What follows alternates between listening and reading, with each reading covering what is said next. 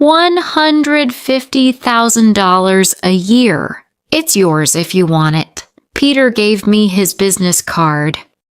I'm holding it right now. So here's my problem. If I call Peter, I can take the job. We'll have money, real money. My kids can have new shoes, new toys. We can go to Disneyland. We can stop worrying. But Peter isn't just my boss. He's my ex-boyfriend, the man who loved me, the man who might still love me. Can I work for him? Can I see him every day? And what about Richard, my husband, the man I chose, the man who works 16 hours a day for me, for us? Would Richard understand? Or would this destroy everything? I look at the business card one more time. Then I look at Richard sleeping on our old couch. What would you do? Let me tell you how this started. 10 years ago, Peter proposed to me. Diamond ring, fancy restaurant. He said, "Marry me, Laura. I'll give you everything." I said I needed time. That night, I cried at my desk. Richard, the cleaner, found me. He said, "Are you okay?" I told him everything. He listened. He didn't judge. Richard said, "If you loved him, you wouldn't be crying." He was right. We started talking every day. Richard told me about his dreams. With Peter, I felt small. With Richard, I felt seen. 2 weeks later, Richard said, "I like you, Laura, but you're engaged, so I'll never say it again." I said, "What if I want you?" Richard looked at me. He said, "Are you serious?" I said, "Yes."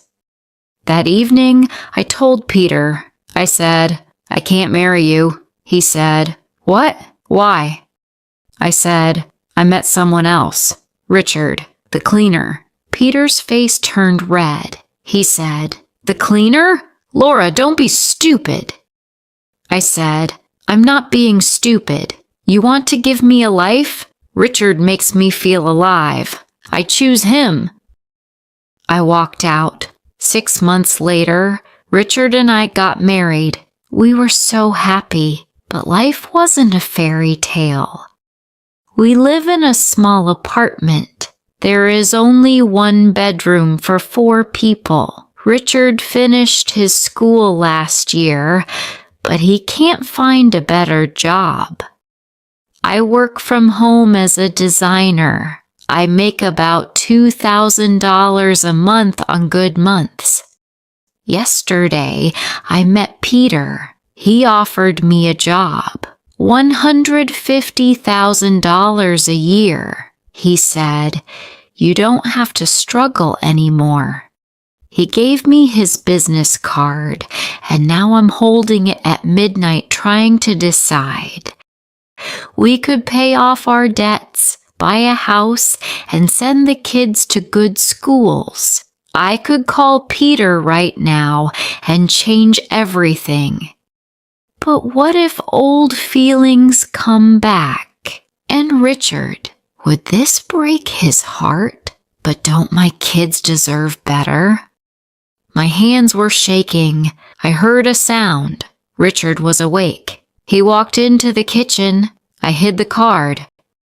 Richard made tea. He always made me tea when I was stressed. He sat next to me. He said, "Laura, I need to show you something." He gave me $2,000. I said, "What's this for?" Richard said, "The kids. They've never seen the ocean." I've been saving. It's not much, but it's enough for a weekend at the beach. Tears filled my eyes. Richard said, "I know I'm not the man you deserve. I can't give you a mansion. I can't give you financial security, but I can give you this." He took my hand and said, I can give you a man who will never stop trying. A man who saves for 2 years to see his kids smile. A man who loves you more than anything. I know it's not enough, but it's all I have. Please don't give up on us."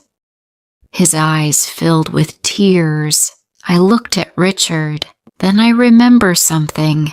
Peter bought me a diamond necklace once. I lost it. Richard made me paper flowers. I still have them. That's the difference.